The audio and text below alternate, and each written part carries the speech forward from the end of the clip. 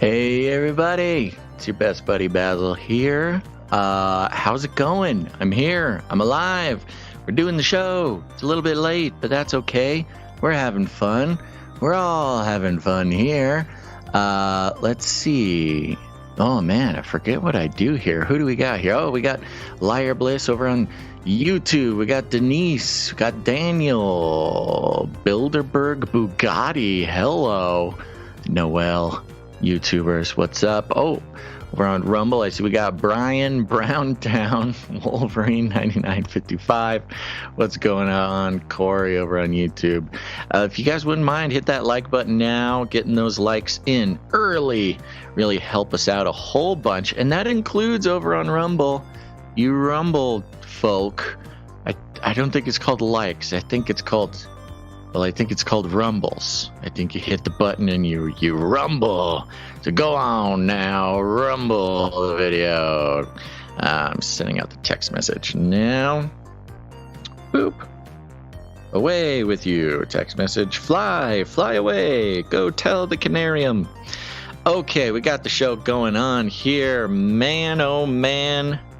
Burning Man. We'll be talking, I'll be giving a brief introduction to what it was like to survive the burn apocalypse. And Gons is so eager to get going, so we're going to go ahead and do that. Remember, you can leave us a pre-show prayer by going to canarycrynewstalk.com. Look for a green tab on the bottom or the right-hand side. Click on that. You can leave us a pre-show prayer. It's very important to get some spiritual producership up in here. But okay, folks, let's get this show started. Let's go.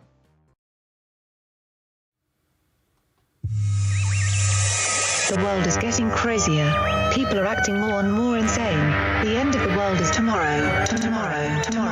There's only one thing to do when the world is falling apart.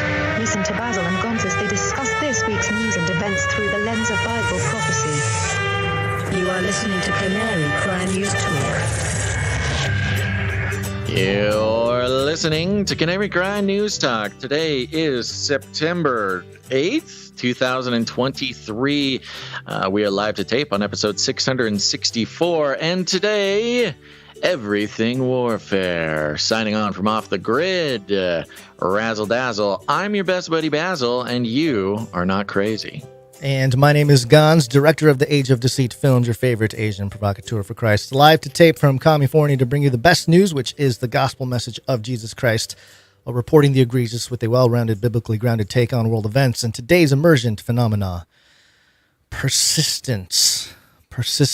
You know, the enemy persistently attacks our bodies, our minds, our souls. So we must be in persistent, perpetual prayer a la Luke 18 and the parable of the persistent widow, you know.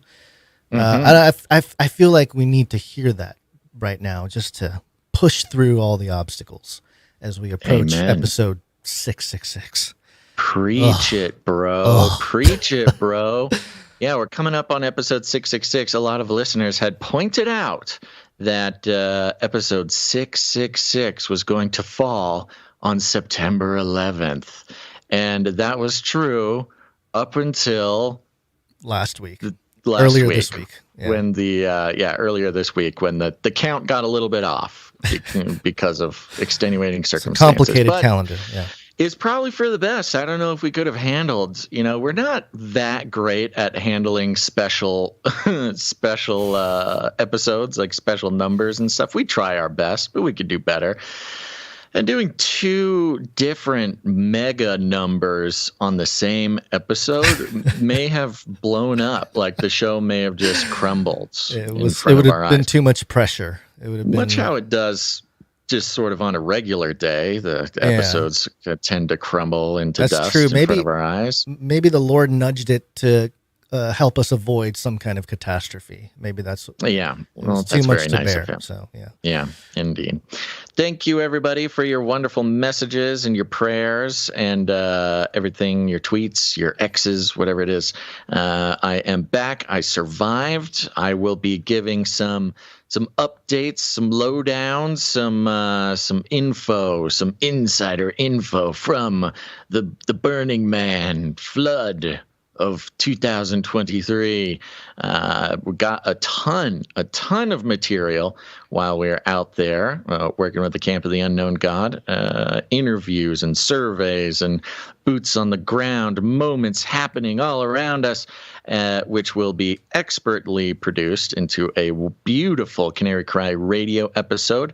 But until that episode drops, I will be bringing some mini reports here on this show because I know everybody's so very eager to hear what it was like. But first, Gons, we better give that disclaimer. We better. Especially for you. It's time for a disclaimer. Now listen up, YouTube. That's right. And just for all the content moderators and censorship managers out there, be they robots or humans, everything you hear on this show comes directly from the mainstream corporate news media. We do not claim to be experts on healthcare, geopolitics, military strategy, corporate law, or the moral and ethical implications of any of these topics, nor do we implicitly or explicitly support or subscribe to any sources or narratives containing misinformation, disinformation, or malinformation, as defined by the Department of Homeland Security. We're good boys. All right, YouTube, we're good boys. And let me give you a rundown, Gons. Oh, look, here's Basil. Let me bring you up to speed. That's right, folks. To start off the show, we're talking about billionaires getting involved with the war. Has anybody ever heard of such a thing? Billionaires involved in geopolitical strife? No. Well, Elon got a taste of it recently, and man, oh man, does the media not know exactly what to do with it. We'll be touching on that. Then I'll be giving a quick intro to what you will be receiving from the transmission from Burning Man. Everybody's very curious how I got out of there at all. Then we'll be checking in with Flippy, who apparently is 2,000 years old. Gons will be bringing us a report from California about Governor Gavin Newsom and his chances as El Presidente. And then yet another climate change scientist coming out, blowing the whistle, telling the story about how climate change science is a hoax. Just saying. I'm not saying it. The scientists are saying it. Then at the end of the show, Antarctica, it's about time. All you people with good, accents, maybe you got an Australian accent or maybe very good Russian accent, that kind of stuff. Well, now we have an Antarctica accent. You're going to love it. It's going to change everything. And start lining up, folks, for the new hot accent of the 21st century. But first, Gons, our lead stories. What are we starting with? No, not Burning Man. On the list. Elon. Yeah. World War III. And rumors of wars.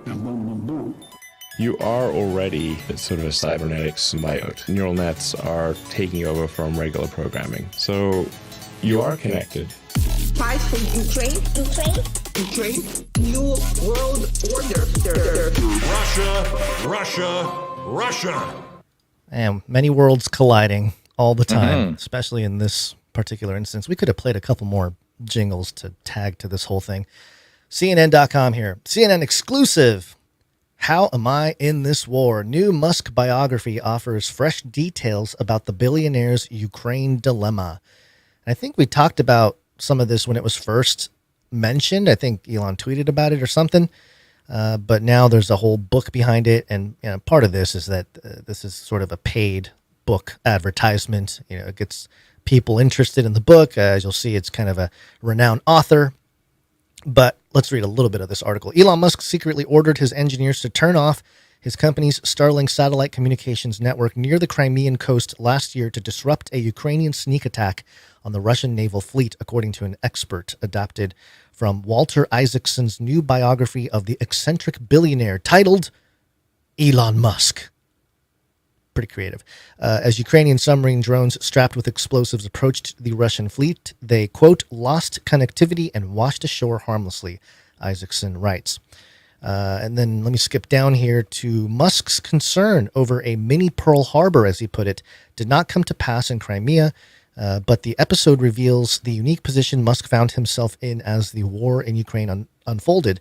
Whether intended or not, he had become a power broker U.S. officials couldn't ignore.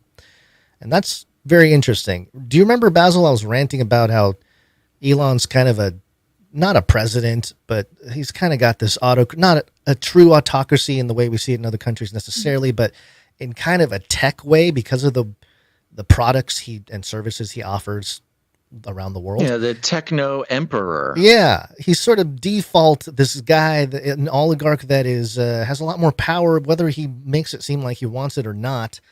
These are pretty consequential decisions he's making to make technology, communication, network full spectrum available. Dominance, I think, is the big thing. He's got transportation, he's got rockets in the sky, he's got tunnels underground, he's got it all, baby. He's the billionaire who's got everything every billionaire wants. And now he's fighting a war he doesn't even want to be in.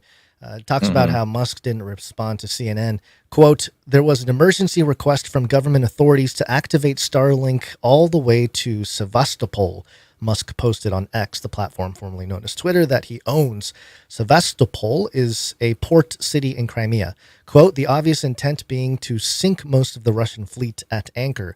If I had agreed to their request, then SpaceX would be explicitly complicit in a major act of war and conflict escalation, end quote. I mean, he's not wrong, but it's kind of interesting. No, I mean, valid point. Yeah, so this guy Isaacson writing about Elon, he's done a biography on Steve Jobs and Einstein, and he's just, he's one of these guys. He's picking the winners. Yeah, the he's top 10 hits. Yeah, when it comes to the ones that get featured in CNN. He's not doing any biographies on podcasters, although somebody oughta. Just saying. It'll happen. After Russia disrupted Ukraine's communication system just before the full-scale invasion in February 2012, Musk agreed to provide Ukraine with millions of dollars of SpaceX-made Starlink satellite terminals, which became crucial to Ukraine's military operations. Even as cellular phone and internet networks had been destroyed, the Starlink terminals allowed Ukraine to fight and stay connected. But once Ukraine began to use Starlink terminals for offensive attacks against Russia, Musk started to second-guess that decision. Quote, how am I in this war? Musk asks Isaacson. Quote, Starlink was not meant to be involved in wars. Yeah, that was Starshield again. Yes, where's Starshield? Why isn't he pumping Starshield right here? Maybe it's not. He has a product called Starshield, which is just Starlink, but it's for military. War. Yeah. And that's what he's upset about is both the U.S. and Ukraine have both refused to pay for the product that is Starshield. And they're trying to use this sort of like the free version. Yeah, no offense to the janks, but the janky free version, the freemium or the version. public version, yeah. Yeah, and I'll tell you what. I'm glad I'm not fighting a war on Starlink because Starlink has failed me every single time I needed it. You would not be very effective with it, yeah. No. Maybe that's what's happening. Maybe Elon is shutting it off on me on purpose. Yeah. Starlink was not meant to be involved in wars. It was so people can watch Netflix and chill and get online for school and do good, peaceful things, not drone strikes, said Musk. This part was interesting to me. Musk was soon on the phone with President Joe Biden's national security advisor, Jake Sullivan, the chairman of the Joint Chiefs, General Mark Milley, and the Russian ambassador to the U.S. to address anxieties from Washington, D.C. to Moscow, writes Isaacson. So, yeah, he got wrangled into all these phone calls with top officials. That's as expected. Yeah. Meanwhile, Mikhail Fedorov, a deputy prime minister of Ukraine, was pleading with Musk to restore connectivity for the submarine drones by telling Musk about their capabilities in a text message, according to Isaacson. Quote, I just want you, the person who is changing the world through technology, to know this, end quote, Fedorov told Musk. SpaceX did not reply. So there you go. I mean, it goes into some of the Five Eyes stuff at the end, but I think... Well, this is... yeah, sure. Tell me what you think. This is sort of to Elon's maybe detriment.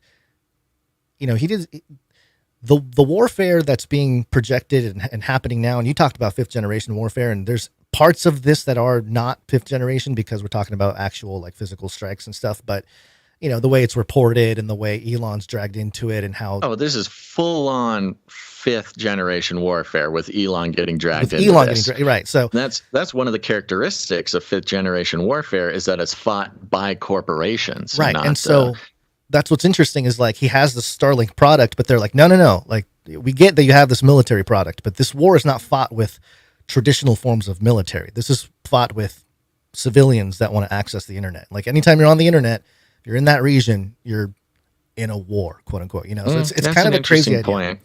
It's an interesting point. Yeah. So he's facilitating war, but also controlling the amount of damage that can be facilitated on it. I don't know. It shows how much surveillance he has on all the communications that's happening and everything else. So, well, of course, I'm sure I think it's a great marketing play. This is an excellent marketing play for Elon in his billionaire brand. You know, and I think it's a big play for his sort of techno emperorship as well. First of all, he is flexing on the geopolitical stage.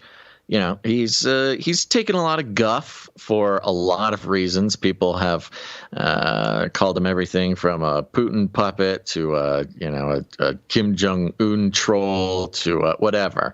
You know, pick the sort of propagandistic line. It's been applied to him.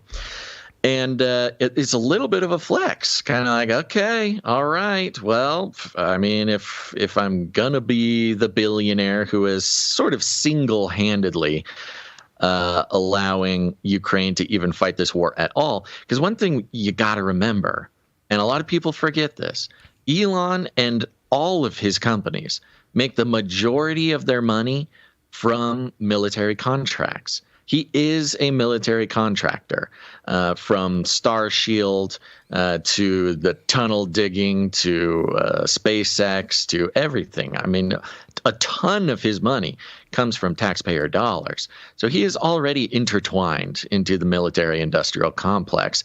And this was a bit of a flex on everybody who feels like they can kind of take advantage of Elon, you know, to talk smack about him on the nightly news, but then beg for his internet service. But also quite the marketing move on his end, because, you know, there's the famous conversation about how IBM and Ford and all these American companies were selling technology to the Nazis. You know, American corporations are infamous for profiteering off of wars that, you know, we are even eventually directly get involved with. And it becomes kind of a stain on the companies. And the thing is, when it comes to Tesla, SpaceX, the Boring Company, all that stuff, the company is really Elon. Elon is the company. And the marketing done for Elon, the person, is marketing for all of his companies. And to sort of create this theatrical situation where he is sort of single-handedly saving the world from nuclear destruction, where he turns the tide on the classic billionaire profiteering off of war, or the American great American corporation providing the technology for mass murder. You know, there's a big marketing opportunity to turn around and say, no, I shall not join the ranks of IBM and Ford, and I wish I could think of another one, but I can't right now. Well, and it just kind of adds to his sort of maverick brand.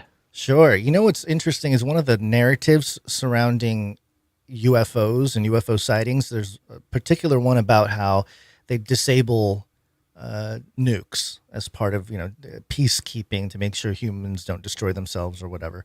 And I only bring it up because maybe Elon, by playing his part here, is trying to move in that direction. Because remember, he teased us about who aliens are, or if they even exist. Where are the aliens? Maybe they're among us. I don't know. Some people think I'm an alien. Not true. Maybe we are aliens. Of course, I'd say maybe that. We are. Yeah. Yeah. Well, we're still waiting for the aliens to get involved. Yeah, like you say, the aliens are apparently very interested in keeping us from blowing ourselves up. And Elon doing his thing, man. He's gonna give himself away, though. He better be careful. Let him do one little nuke, Elon, just as a treat. Come on. All right. Oh man. Okay. Let's move on. Anything else to say no, about that? Let's move. Coming to you live from Burning Man. Disaster. Disaster. You're giving me flashbacks. I'm getting flashbacks. Oh my gosh. The beats never end. I'm back. I'm better than ever, baby. Wow, my goodness. Thank you, everybody, as I said before, for your prayers and your nice words and things like that. I want to start by addressing something that I saw in a couple little areas online, and these people were absolutely good-hearted about this sort of thing, about these comments, but I did want to comment on them, not to lambast anybody, but just to be clear. It was leading up to the Burning Man thing. We were beset by calamities, Gons. Look, it was a while ago. Maybe people don't remember, but I was having trouble with my Starlink, which inevitably didn't work. I should have expected, and was having some issues with a loose bunny. Bunny apocalypse had just happened. A bunny had chewed through all my cords, chewed through all your stuff. Yeah, destroyed like half of the most important parts of my podcast rig. Just a bunch of stuff was happening. The rain had already fallen on the desert once at this point, and there's people, we've been doing this Burning Man research for 8 years now. We've been doing boots on the ground at Burning Man for all sorts of research reasons, starting in 2018. And there's always people who are upset. They're just upset because they need to be upset, and I understand.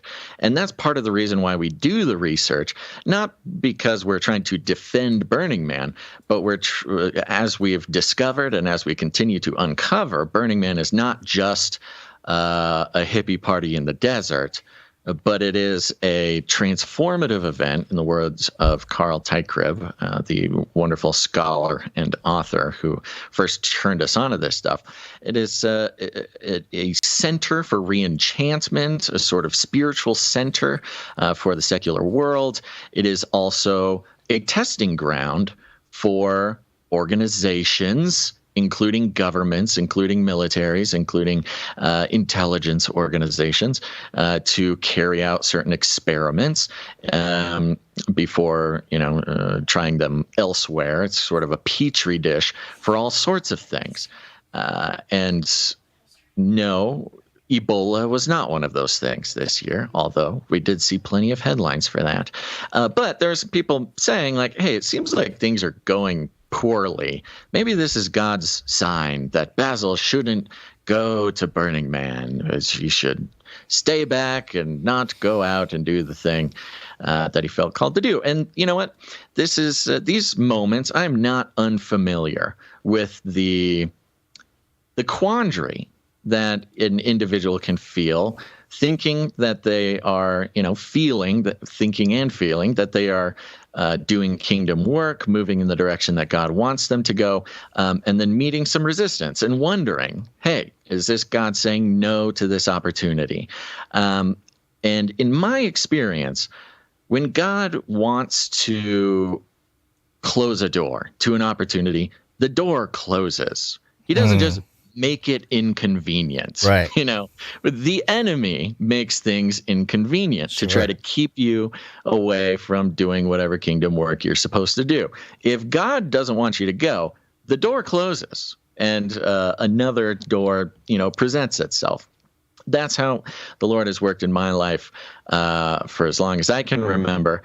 And it's also part of the story that if God is propping open a door, the enemy is going to throw a bunch of junk in front of that door to slow you down and to try to convince you to not go through it. So when we were facing all of our calamities before Burning Man, I was ready. I was ready for that door to shut closed is what I meant. And it never did. It didn't happen. So we went ahead with the plan. Now, to give a brief summary, we got tons of material, Gons. Tons of material. You haven't even told me everything you captured. I have not even told Gons anything. Yeah, you haven't told me I nothing. got home late Tuesday, slept from Tuesday to Thursday, and then yesterday I drove a total of, yesterday I drove about 3.5, 4 hours to go get more interviews about the Burning Man trip. Had to spend the night far away from home, drove another 4 hours today. It just has been nonstop since getting home. So I am exhausted and delirious, but I am so stoked about the level and the quality of material that we got for this Burning Man. The research was successful. But I thought, so we're going to be putting together a high-quality Canary Cry radio episode that will contain the full chronicles of the Burning Man trip and the research therein. But I thought I'd give some little mini reports leading up to that. So that's what we're going to do. And today, I figured that what people might be story about the flood, the extravagant headlines, the Ebola, the FEMA camps, the National Guard, these sorts of things. What was real? What wasn't real? What was my experience? And what do I think about that? So got there. We actually arrived on Tuesday, I want to say.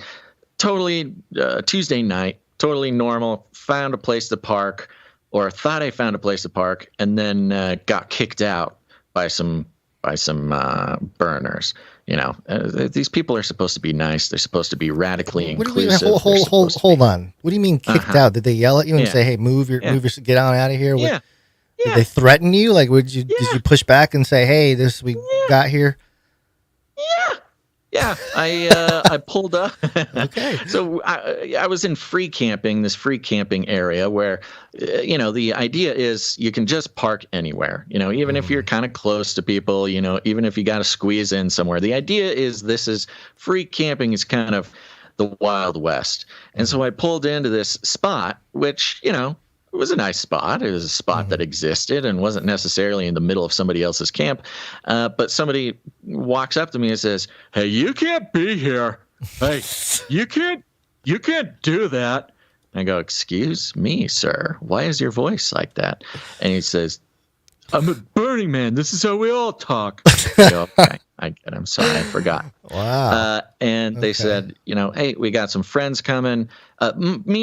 Keep in mind, it's about 1 a.m. when I am parked here. Right. Yeah. So I find a spot, I park. These people come out. They're like, "We got friends coming." I'm like, okay, yeah, sorry. I'm like, "When are your friends coming?" "They're coming on Thursday. They're coming on Wednesday or Thursday." I'm like, okay, sure. I will move for your friends when your friends come here. And they just sort of, now, mind you, these people are almost certainly on lots of drugs already. I was going to say, it sounds like they're already somewhere else. Sort of, I don't know how else to explain it besides they children of the corn to me.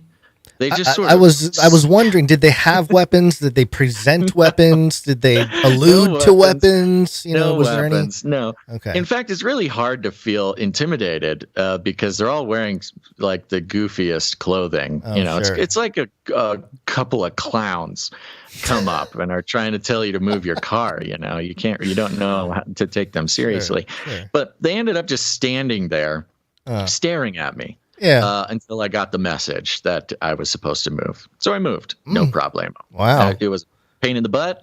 But you know what? I'm not going to start out with those vibes, man. It's not worth the vibes. So I found a different spot. Thank God.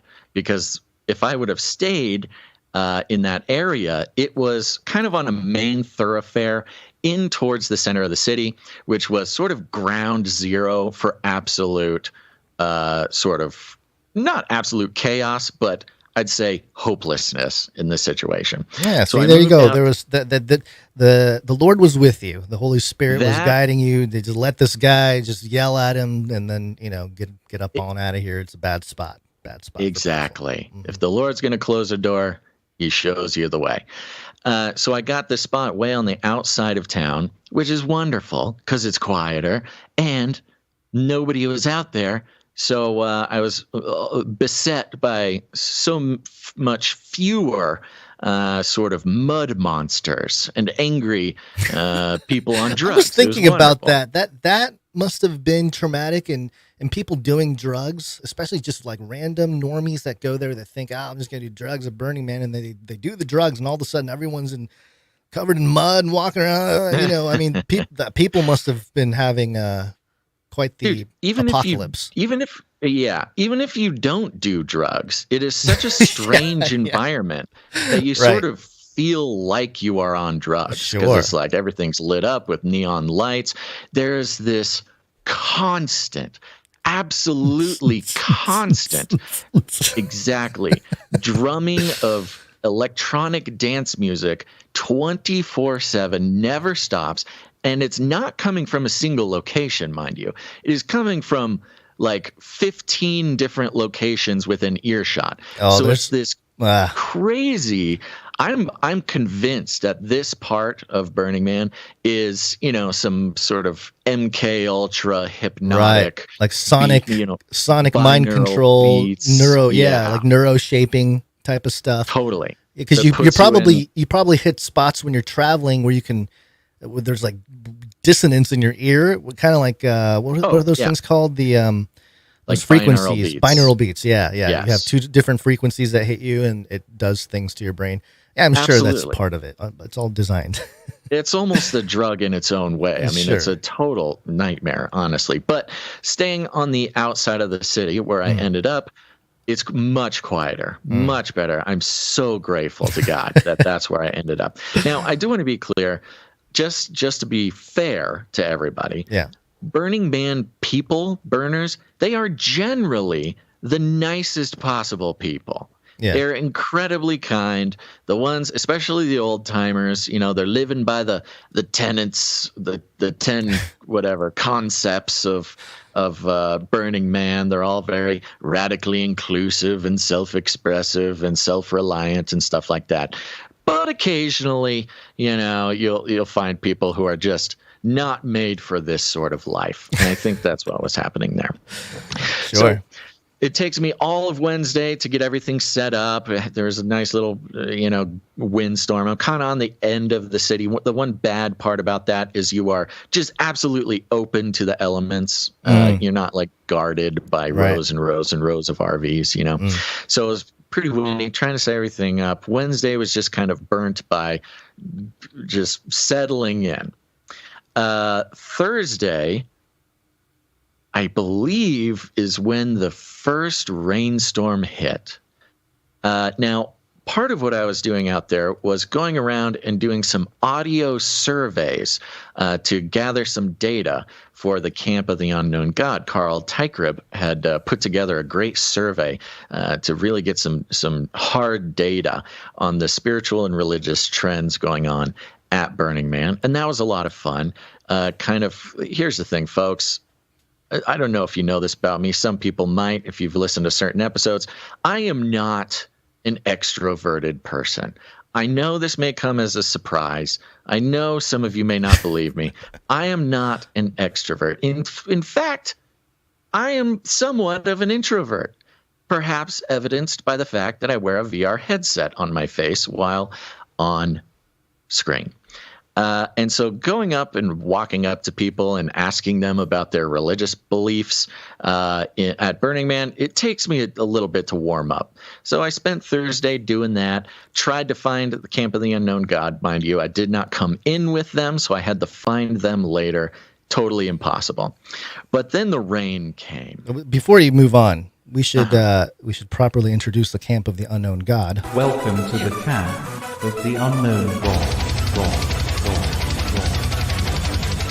They should have just had that blasting on loop, Dude, and then to pick you out and find you. Absolutely, I would have found them if that was the case.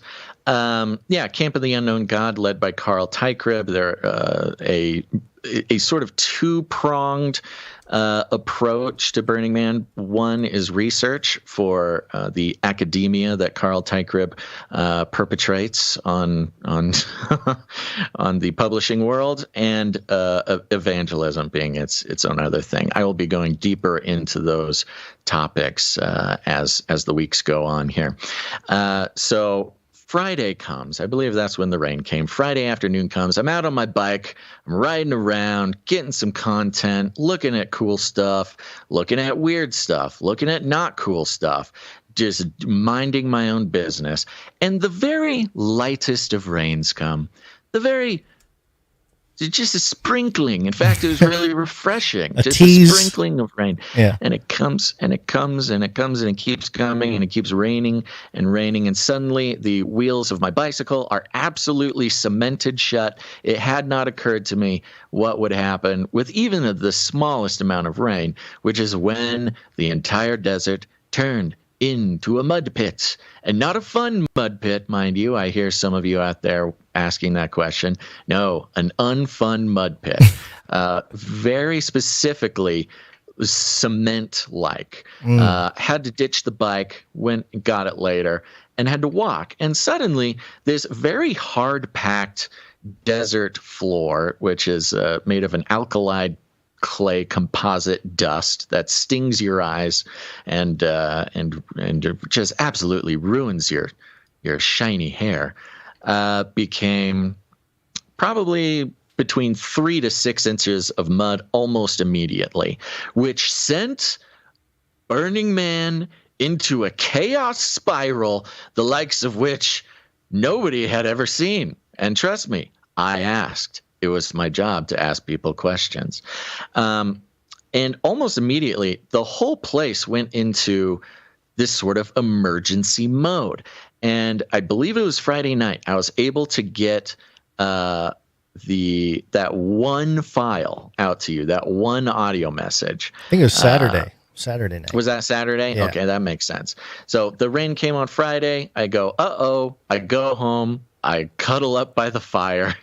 And I wait out the night, not really thinking anything of it on Friday. I wake up Saturday, and that's when sort of chaos began to reign. Nobody's riding bikes. Everybody's trudging through the mud. You try to walk through this mud. Your boots are instantly 20 pounds. A couple of days of walking around in this mud, my legs, I had muscles that were I didn't even know I had, that were suddenly the most painful things in my body. It was a great workout, 20-pound weights on your feet, crawling around in the desert, great for hitting those hard-to-reach places in your on leg day. But things started to happen. I tuned into BMIR, Voice of the Burn or whatever, Voice of the Man, which is the radio station that plays constantly. And I just happened to have brought my emergency radio because I'm a very well-prepared individual, and strapped that sucker to my fanny pack. And so I just listened to the radio all day. And I have some recordings of the types of things that they were saying on the radio. You'll hear that in the episode. And it was weird, man. It was so weird.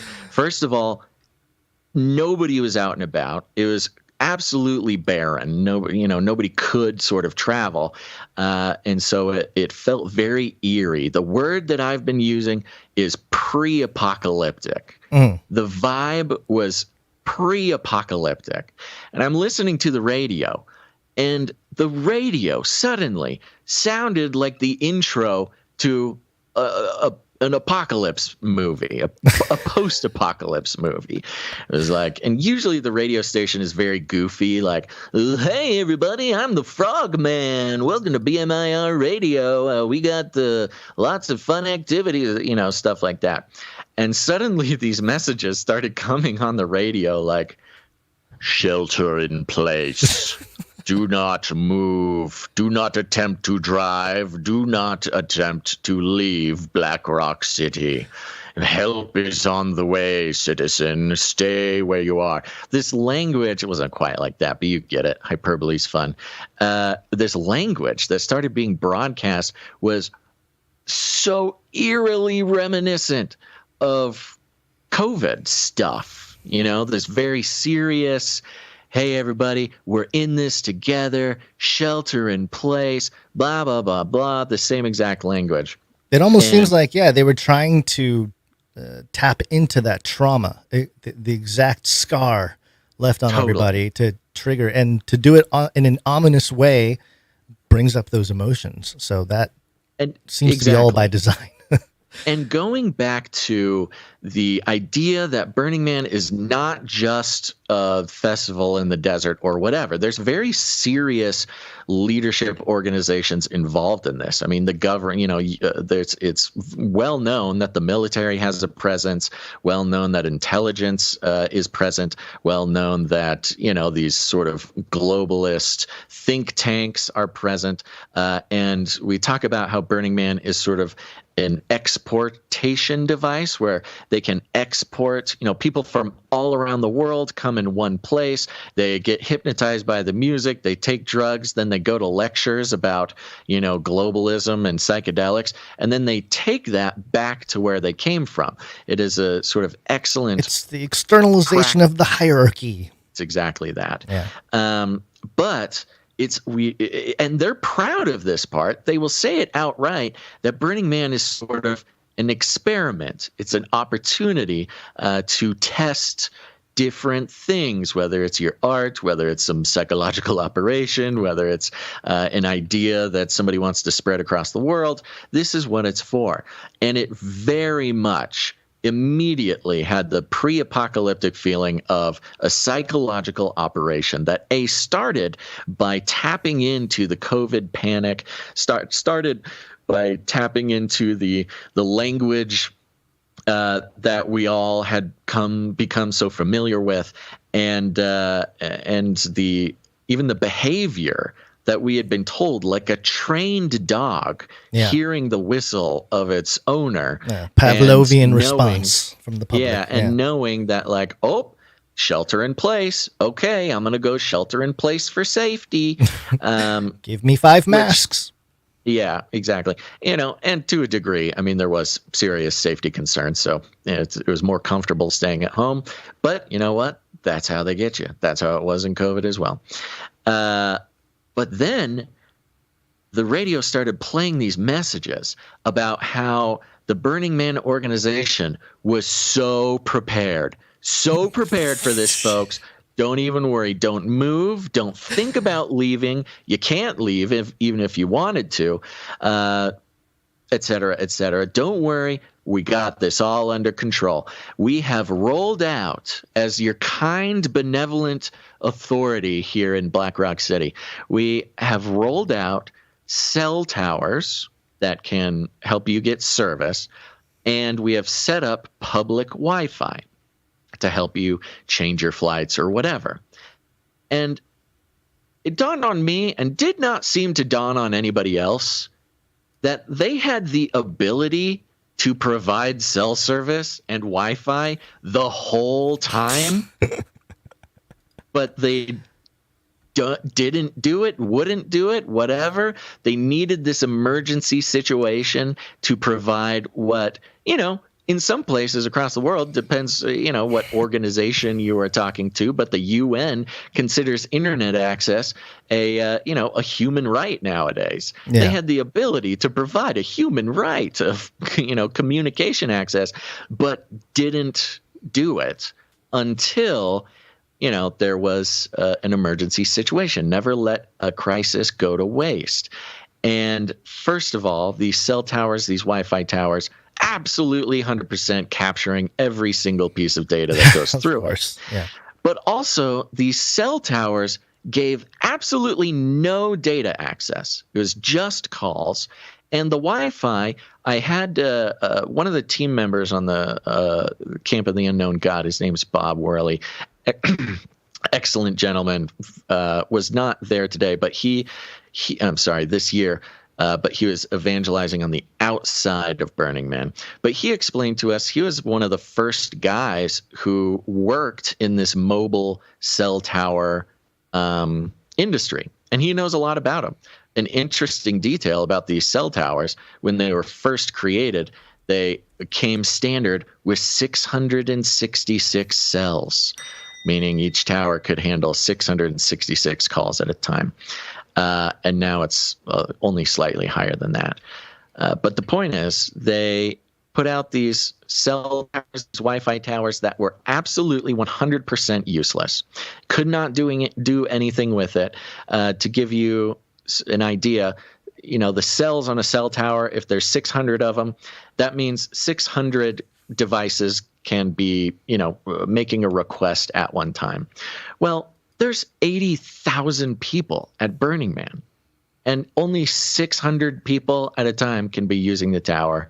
Absolutely useless. But it gave this impression, and I could feel the psychological operation wafting around me, where even though they could have provided this at any moment, they saved it for the emergency.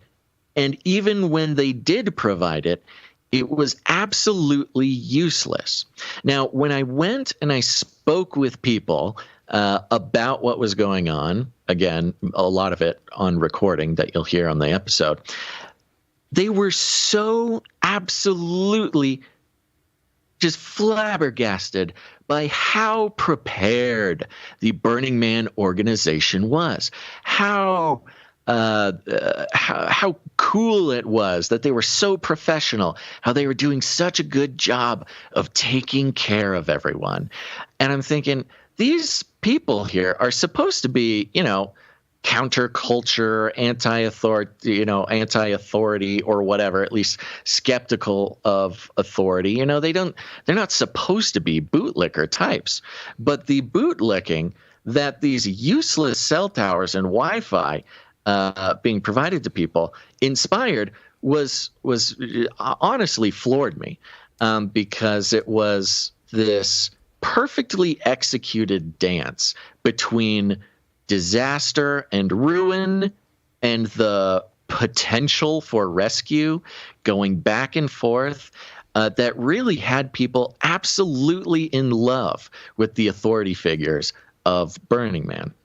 Now, when I was there, the rain, continued for quite some time. I was able to get that message out to you. And that night I go and I stand on top of someone's RV.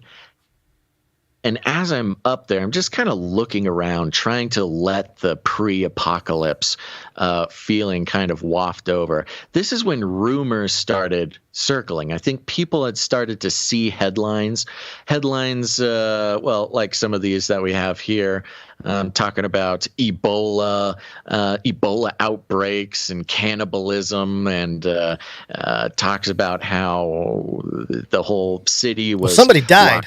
So somebody always dies. Yeah. That's just a thing. It's a dangerous place to go. 80,000 people. Somebody's going to die. Uh-huh. But yes, somebody died. Not a great way to, not a great thing to hear. But the rumors about the National Guard getting called in, about FEMA getting called in, about this emergency situation. Now, keep in mind, everybody there, for the most part, are sort of anti-authority prepping types, libertarian types, mixed with a few communists, but they're sort of, it's an interesting mix of people. Yeah. It's kind of like half communist and half libertarians coming together to kind of figure it out in the desert. Sounds like a good time. Yeah. And as I'm hearing about FEMA coming and stuff like this, I start getting a little worried. I'm like, oh, geez, is this really how it goes down? The FEMA camps get activated and I just happen to be here. Well, good thing I have my recorder. This will be fun. And I just do start to worry a little bit. And as I'm sort of praying, sitting there trying to calm my conspiratorial mind down, 6 freshly painted, right off the lot, police UTVs. You know what a UTV is? It's kind of not an ATV like a quad, but it's some people call them sidewinders, Polaris. It's like an off-road vehicle. Sure. That is more like a car than like a quad. 6 of them, absolutely pristine looking, with full law enforcement paint on the side, lights on every single one, blaring. The UTV in the back has a total of 8 spotlights shining out in each direction. I see it just absolutely hauling from out of the desert, from absolutely nowhere, from just sounds like a scene from like a recent Star Wars episode where you see them cruising down on the desert, absolutely. from afar. Yeah, they come out of nowhere. Yeah, right. Yeah, like a speeder bike or whatever. Yeah, they come hauling out of the darkness with their lights blaring. They blast through the outer perimeter rope with flags on it or whatever, and are absolutely cruising down the streets of Burning Man or Black Rock City rather. And keep in mind, it's pitch black. There's about 4 inches of mud on the ground. Anybody walking around would not be able to get out of the way if one of these was coming straight for them. They were going, 20, 25 miles an hour, which doesn't sound fast, but the speed limit within the city is 5 miles an hour. And these cops are absolutely blasting through. And I watch them for about 10, 15 minutes just wander on this mission of nothingness. They're just going from street to street, super fast, cruising down, blasting spotlights. It's not like they had a place to go. They were not on a mission. It was simply... They were just checking. They were chaperoning everybody.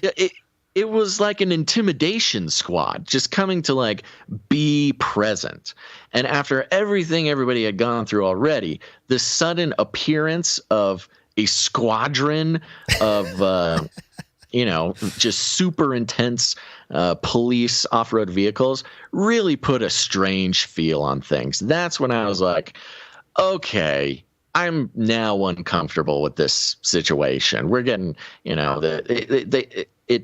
the pre-apocalypse had started to feel like post-present apocalypse. The super high-tech law enforcement swooping in on the refugee camp, right? Rounding people up just randomly. Yeah. They come in intervals. Yeah, it was so bizarre. Yeah. And that night I just went ahead and stayed inside because whatever those cops were up to, I did not want to be on the wrong side of that. And for the next day or two, it was just that. The radio continuing to urge everybody to stay inside. Don't do anything stupid, citizen. And the rumors, keep in mind, nobody really has good internet access. We would get a headline or two. Now, keep in mind, the only information we can get is from the radio. And once in a while, somebody will come by and say oh, yeah, FEMA's on their way. Or, oh, National Guard's coming. Oh, somebody has Ebola. Oh, watch out. There's killer. That's how it all started, huh? The rumors, the internet swirl, just a guy that just was like, I think Ebola, man. The murder hornets are coming. Yeah, whatever. Just this sort of genetically modified mosquitoes coming for us. Every single thing. Bill Gates' one mosquitoes after another. Are dropping Ukrainian on us. drones showing up. Yeah. And it really was. I mean, the whole thing was a giant psychological operation. It was even as I was identifying it at the time, I was like, this is really spooky. I do not like this whatsoever. And then what made it a little bit scarier is people did start to leave. The radio would say, nothing doing, don't even try, don't leave. They would, it's the Burning Man radio, so they would use nasty words too.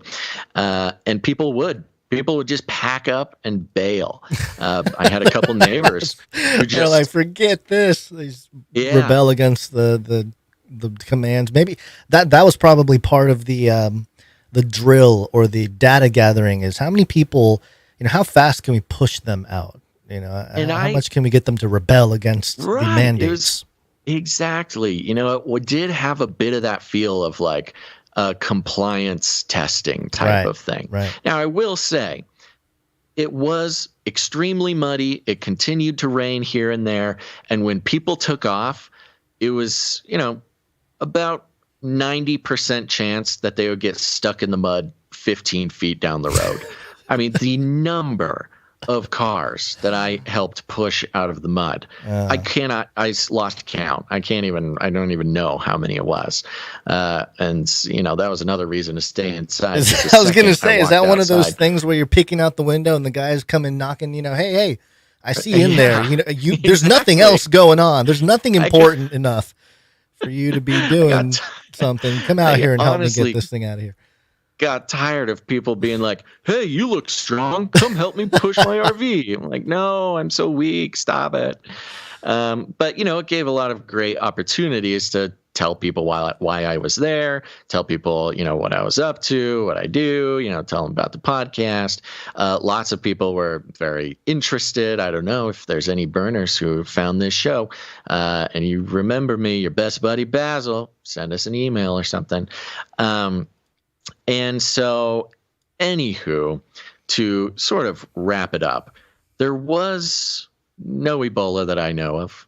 There was no FEMA that I know of. There was no National Guard that I know of. In fact, to be completely honest, one of the biggest things that struck me was the boots on the ground experience outside of the psychological aspect of what we were being told and the rumors going around.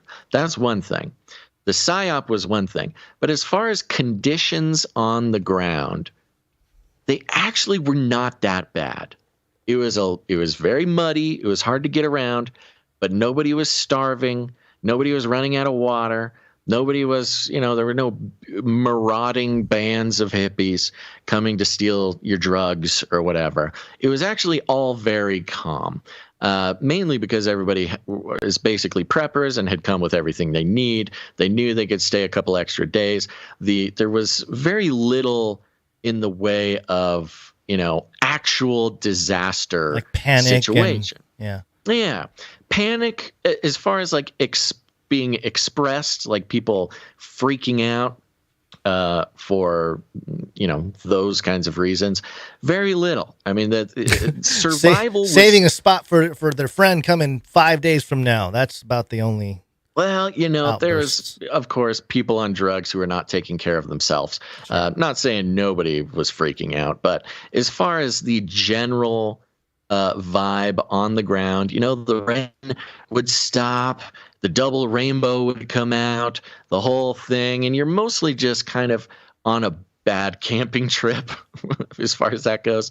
The boots on the ground experience was much was not very dangerous, but the psychological effect of what was going on was quite powerful. And so when I'm seeing the headlines coming out about how, people are sinking into the mud and never to be seen again, people are having a horrible time, everybody's having a breakdown, everybody's starving, the cannibalism is beginning to gave me a really good insight into the mechanisms of the mainstream media and the stories they are telling. And it's our job, Guns, to be skeptical of the mainstream media. And it's our job to break down, the theatrical aspects of what's being presented to program the worldview of the masses, to accomplish the agendas of the elites, this type of thing. But when I saw the headlines about Burning Man and I saw the actual conditions around me, I thought, oh, everything that the mainstream media posts, every single thing that they post, you cannot take for granted as truth whatsoever. It could have, it's a coin toss about whether what they are describing has any basis in reality. Yeah. And, living it out while seeing the headlines come in, that's one thing. Like, oh, whoa, that's kind of weird. That doesn't reflect the experience on the ground whatsoever. But then you think of all the other events going on that we have to deal with: the Ukraine war, the Maui fires, the hurricanes, all these things. In fact, it was a little bit like your hurricane experience. Yeah. Where the media was popping off about it, but it's, it sunk in maybe more than ever. And, dissecting the media and revealing its nonsense has been a full-time job for like at least 6 or 7 years now, if not a full 10 or 12. And I was suddenly living the psyop, living the psyop. You were on set. You were on set. You were seeing it in the flesh, and you were seeing it's the, I'll just, relate it to that flat earth moment. Not that, every flat earther is, or, I am a flat earther or anything like that. It's just in a sense of when you start questioning something and then you look around, you go outside and you look around like, okay, like what is this? What am I looking at? Like, what am I experiencing, and how does it jive with what I'm seeing here? And in that sense, I'm sure it's the news headlines itself is the psyop, in a sense, because if it provokes some kind of emotion, and then you look out, oh my gosh, Ebola? Oh no. And then you poke your head out the window and, people walking around like there's no Ebola. There's not a guy named Ebola like running around poking people or something. It's pretty chill. The actual boots on the ground experience, I'm sure for most people was just, there are a lot of crazy stuff, a little bad weather, bad camping experience, like you said, maybe some people doing too much on drugs or whatever, but but also again, the social media being blamed for the sensationalism. Mainstream media is taking it, and obviously they're blaming social media, like, oh, look at social media, how they blow things up. And there was some pretty extravagant, kind of truther flexing going on. It was pretty interesting. Once the Ebola thing came out, there were people saying like, I called the Ebola thing. The next thing is the Ebola. Check out my post from February 2023 or whatever. So there's a lot of that going on, which is like, okay, but we haven't confirmed any Ebola. Like we're just going to go with I get it. Like it's definitely one of the cards to play. But it's just a wild time right now where, and I was telling you this beforehand, but there is this shift happening where, in prior times, people made a whole bunch of money based on the corruption of the system. And now it seems like a lot of people are starting to shift the financing or like the making of the money to not participating in the conspiracy, but actually exposing it. It's like like you said, it's like a full-time job, and it is. And I'm not saying that it's bad, but it's just one of those things that's interesting how that's arisen. And I mentioned this last episode, but I feel like regular internet, it's just going to become a AI bot wasteland in a few years, and everything's going to be on chain. Unless you're on chain, you're not going to be able to really show your humanity or like prove your humanity in some way, which is where WorldCoin and all that stuff comes in. But in any case, it's almost we have to also continue to shift our attention on where the enemy's going, because the enemy's decentralizing. The institutions, the CIA, the FBI, they're not operating like they used to. They're doing all kinds of weird, different things. and maybe some of it aren't even as useful as they once were. So Yeah. it's an interesting time to say the least. But you get to experience it, kind of. That spiritual analogy of going to the desert and experiencing all that adds another layer of things to it. It was really incredible. And I'll say this, I went way longer on that than I was expecting to, but I will say there is a ton more to talk about. We will be bringing more reports. We'll have a big extravaganza episode. There's so much stuff that you guys are going to absolutely love. Give some incredible insight. I've been talking to some people who are listening to some other fringe podcasts and shows or whatever, conspiracy theorist shows or truther stuff, and the reporting and the things being said about Burning Man are so incredibly boring. And are nothing, really. They're just sort of saying what everybody wants to hear about Burning Man. They're saying what everybody already knows about Burning Man. I'm telling you, I'm seeing the same stuff you guys are seeing. These people talking about, theorizing about Burning Man who have never gone and don't plan to go. I think that's one thing that is really I'm proud of in our career, Gons, is I think we have put together the most comprehensive set of material for Christian truthers, especially about Burning Man over the years. We've got 8 or so episodes devoted to boots on the ground, to interviews, to stuff like that. And stay tuned, because there is stuff that you will not get from any other sort of truther outlet who's trying to talk about Burning Man, who's just telling you it's a bunch of hippies in the desert. And so we've got a lot more. This was just I had to kind of get that experience off my chest. And I will say on a personal level, even if we got no content whatsoever and it was a total bust, I will say the personal experience that I went through during this Burning Man in regards to the sort of living the psyop, if you will. It's everything I already knew intellectually and have devoted myself to studying and to sharing and everything like that.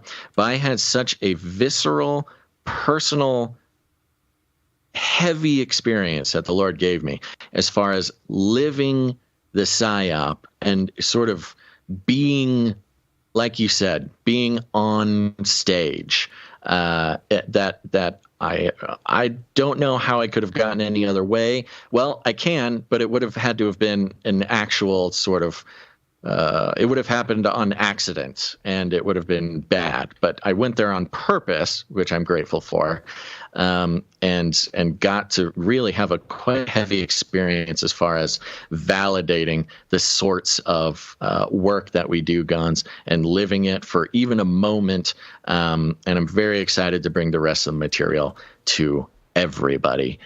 So stay tuned. I'll be bringing some more concise reports over the next number of episodes, but then we'll have a nice big fat Canary Cry radio episode for everybody. So stay tuned. And with that, guys, we should move on a bit. That took me about an hour to talk about. That was unexpected, and I apologize to everyone. Let's see here. Let's catch up. Are you there, Guns? I am here, yeah. Okay. What would you like to do? Should we thank some producers? Yeah, we should definitely thank producers. Okay, let's thank some producers. And you know what? Executive producers. Yeah, we're on the value for value model, folks, which means we take no corporate money whatsoever. No advertisements, no corporate commie or cartel money involved here. There is no middleman between our existence and the value you receive, which means you, dear listener, get to be the one to decide whether we exist or not. And it's a very simple system. If we try our best to create value, we try to create as much value as we possibly can. And if this brings any value to your life, you're invited you're invited into the paradigm shift, which is that we do not need corporate, commie, or cartel support to exist. The previous paradigm is that pieces of media like ours could only exist if we could advertise, or if we can, blah blah blah, get sponsored or whatever. And that was a very helpful system for the sort of standing, monolithic, demonic economic system that controlled everything. But the value for value system sort of sets us all free from that, in that we are free from the constraints of corporate brand friendliness, and you are free from having your time and your attention sold like so many cattle on a cattle truck or something. So if you want to come in, support the show, you become a producer. And you can produce the show with your time, your talent, or your treasure. It's not all about money. There's lots of ways to do it. But the executive producers, they come in and they support the show for $100 or more. And so we like to, or $100 or more per individual episode. And so we thank them because we are so grateful to them. And you should be grateful too, because they're the ones keeping this show alive today. And so let's thank them, Gons. You ready? Yep. Okay, going to start out with executive producer, Sir LX Protocol V2, Knight of the Berean Protocol. All right. And Sir LX Protocol, he comes in with $100.33. Ooh. Look at him. Now, Gons, you did a great job, as you always do, while I'm gone. But, we both have our systems. We both have our systems for our share of the work around here. And I noticed something slipped, but I'm catching up to make right what may have gotten left behind. And I do want to say, Sir Alex Protocol V2, Knight of the Berean Protocol, executive producer, is on a 209-episode streak. Oh, yeah, streakalicious.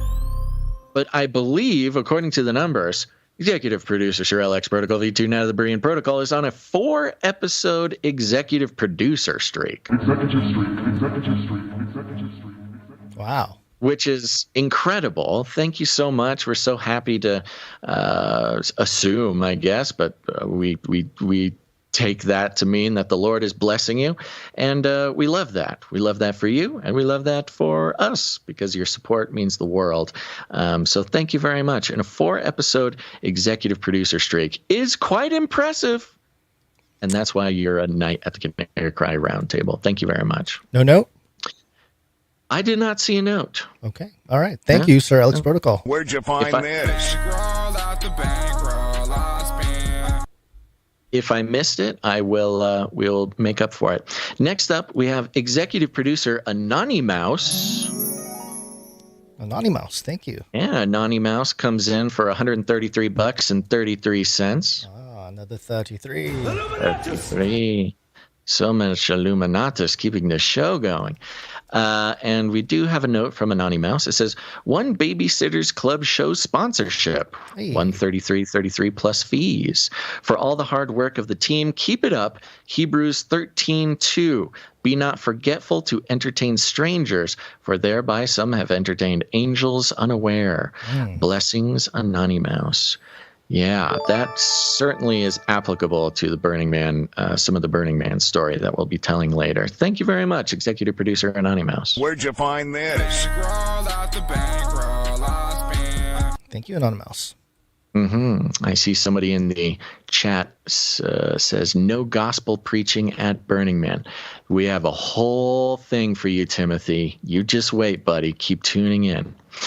Next up, this one was a little on the fence, so I'm sorry if this was meant to not be an executive producership. I don't really know, but we do have executive producer Jeff W. Jeff W., thank you. And Jeff W. came in for $98.60, which is right up against the line. And I think it turned out that way because of the fees. Yeah. So I thought I'd give him the EP. Anyways, thank you, executive producer Jeff W. And he has a note here that says, enjoying your broadcast in Northeast Oregon since 2017. Ooh, nice. Ooh. Before COVID. Good job. And also a member of the quarterly supply drop. Just scored the most recent one today. We felt the need to up the ante, brothers. Thanks. Hey. You're very welcome. Thank you. Appreciate the supply drop. We love that. This supply drop was this one was a doozy, Gons. I saw you posted something on Twitter about it. Yeah. We had the Age of Deceit DVD. We had Marty B's CD. We had other stuff that I can't remember off the top of my head, but it was a doozy. Yep. Good stuff. Remember, folks, if you want to support the show for $33.33 a month, yes, funny number. We're taking it back. We're sending a message that we're doing kingdom work here. You can get the supply drop by going to canarycrysupply.com. It is just our free gift to you for supporting the show. And if you sign up now, you will technically be a part of the Canary Cry Babysitters Club. Help pay for some babysitting. Yep. Okay, we have some more financial producers who came in here. Before we move on, thank you, Jeff W. Where'd you find this? There we let's go. continue. There we go. A few more financial producers. We've got producer Lady Night Little Wing. Hey, Lady Night Little Wing. Yeah, it comes in with a nice round number, so we won't disclose that. If you don't mind us disclosing that number, you do what a lot of people do: make it a funky number. Put 33 cents or 77 cents or 123, something like that. That tells us to disclose the amount. But Lady Night Little Wing comes in with a note: welcome back home safe, Basil. Thanks to Gons for holding down the cage. XO, Lady Night Little Wing. Thank you very much. Yes, thank you, Gons, for holding down the cage. Next up, we have a producership that's been transferred. This one goes to producer Aloha G. Aloha G. Thank you. It's Aloha G. This is the progeny of Sir Isaac, Sir Ike. Yes. Okay. Aloha. We're working on Aloha's damehood here. Thank you very much, Aloha. Thank you, Aloha. Appreciate it. Next up, we got, it was a nice round number. Next up, we got Sir Marty K, Night of the Wrong Timeline. Ooh, Sir Marty K, thank you very much. He's back, and he's coming in for $19.79, 1979. He sent a private note, which was thorough and exciting. Thank you very much for that, Sir Marty K. Thank you. Night of the Wrong Timeline. Is he on a streak? That's a good question. I don't know. Was he on a streak before? I don't remember.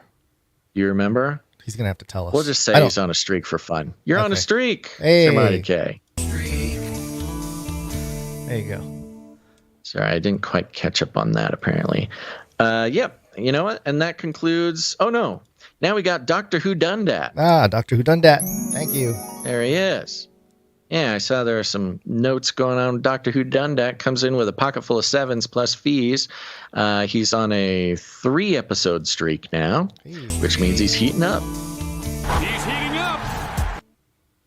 Heating up. Dr. Who Done That is back, and he had a note here that says, I appreciate the kindness and encouragement from last episode, Gons. She ended it by switching her relationship status to single on Monday. Oh, no. I don't have the full story, but this doesn't sound good. Well, we're here for you, Dr. Who Done Dat. The note continues. After some messaging back and forth, I just had to leave her with an incredibly blunt text. I need prayer. All right, we better call the producers then, Gons. Producers, assemble! That's right, folks. The producers, they're producers just like you. They're producers who pray. They pray for the show, pray around the show, pray for the producers of the show. And today we're praying for Dr. Who Dundat, who sounds like he's having some love troubles. And we all know the feeling there, Dr. Who Dundat. We're so sorry. It's a hard thing to deal with, no matter what the circumstances. And anybody with a little bit of heartbreak can use some prayer. So we are praying for Dr. Who Dundat, for whatever the Lord has in store for him, that be revealed, and that he has get his mojo back? I don't know exactly what the desire is here. I'm just coming in on this chronicle, this saga here. Yeah. But whatever it is you need, Dr. Who Dundat, we're praying for you. Thank you, Dr. Who Dundat. And yeah, we'll be praying for you and all the things, man. That's a lot to go through in 3 episodes. Yeah, that's it all happened in 1 week. Yeah, so we're with you, Dr. Who Dundat. Yes, we are. Big arc, emotional arc. Oh yeah, excitement. Yeah. We're going through it together. That's the whole point. We're doing it together. Don't you worry. Yep. Go to a meetup. There's sure to be a lovely Canarian out there who can patch up that broken heart. We got a few more producers who came in under the $7.77 mark, and we'll thank them real quick, starting with Veronica D. She's on a 303 episode streak. Thank you, Veronica D. We got Sir Scott, Knight of Truth, 330 episodes in a row. Hey. We got Sir Casey, the Shield Knight. Sir Casey, the Shield Knight. 343 episodes in a row. Impressive. Wow. Thank you, Sir Casey. We've got Dame Gale, Canary Whisperer, and Lady of X's and O's on a 302 episode streak. Thank you very much, Dame Gale. And we got Sir Morv, 9 of the Burning Chariots, 274 in a row. Thank you, Sir Morv. There we go. I think that's it. If anybody came in during the show, apologies. We'll give you credit next week on Monday, which promises to be a good show. What do you think? What's next there, Gons? Unfortunately, I think we have to wrap it up for today. Dun, dun, dun. Yeah. It's okay. Too bad, but there's some other things to cover, but yeah. Well, there's a little. The good news is that we will be covering it all on Monday, folks. We're going to be trying our darndest to get back to the regular schedule here, including, well, maybe I shouldn't speak so fast. Are we trying to get started earlier one of these days? Do we have a timeline on that? That was sort of the the idea. Ooh, but we'll talk about it. Monster was coming out. Yeah. Yeah, we'll figure it out. We're adjusting. You got to adjust back to normal life, not Black Rock Desert life, and then that's true. Stop disrupting me.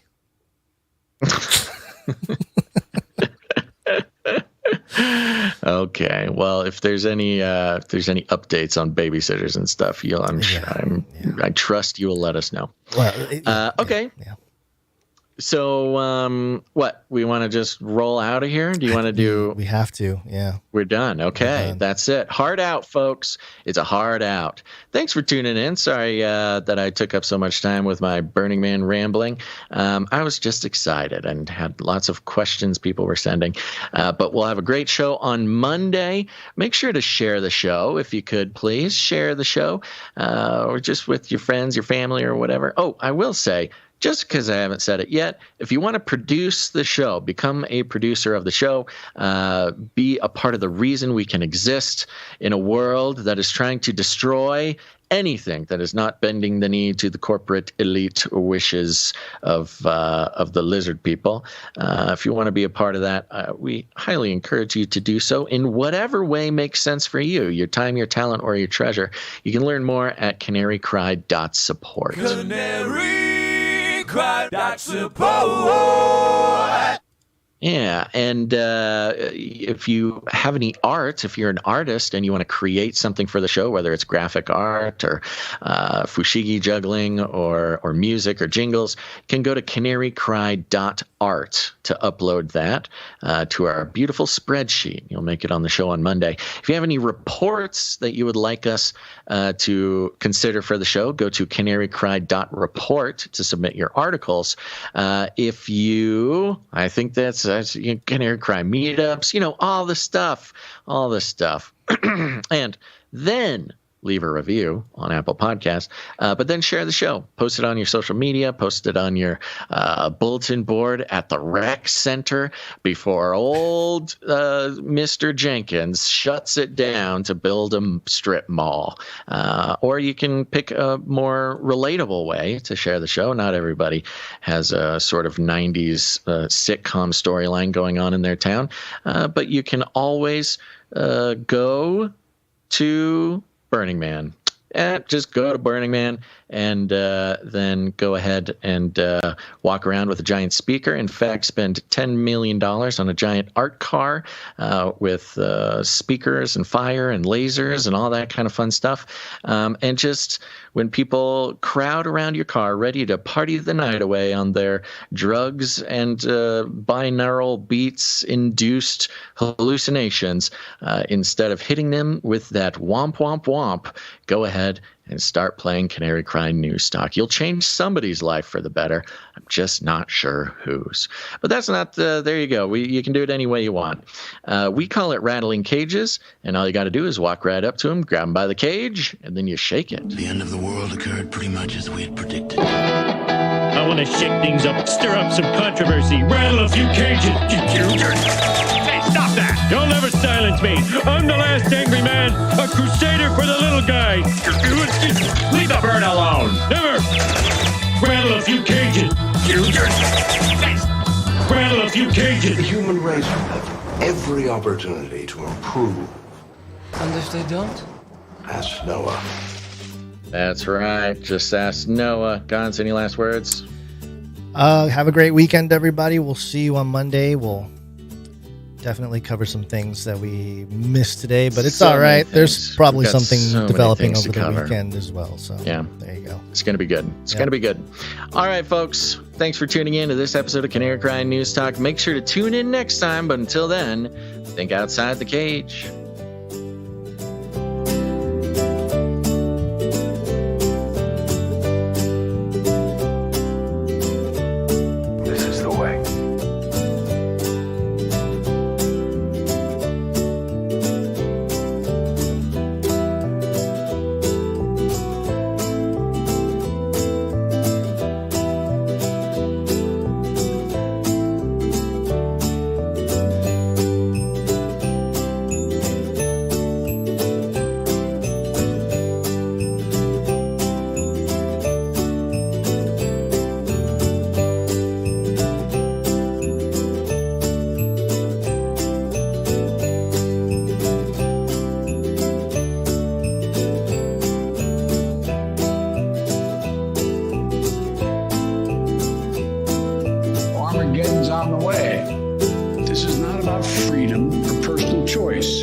Remember, reality is an illusion. The universe is a hologram. Buy gold. Buy!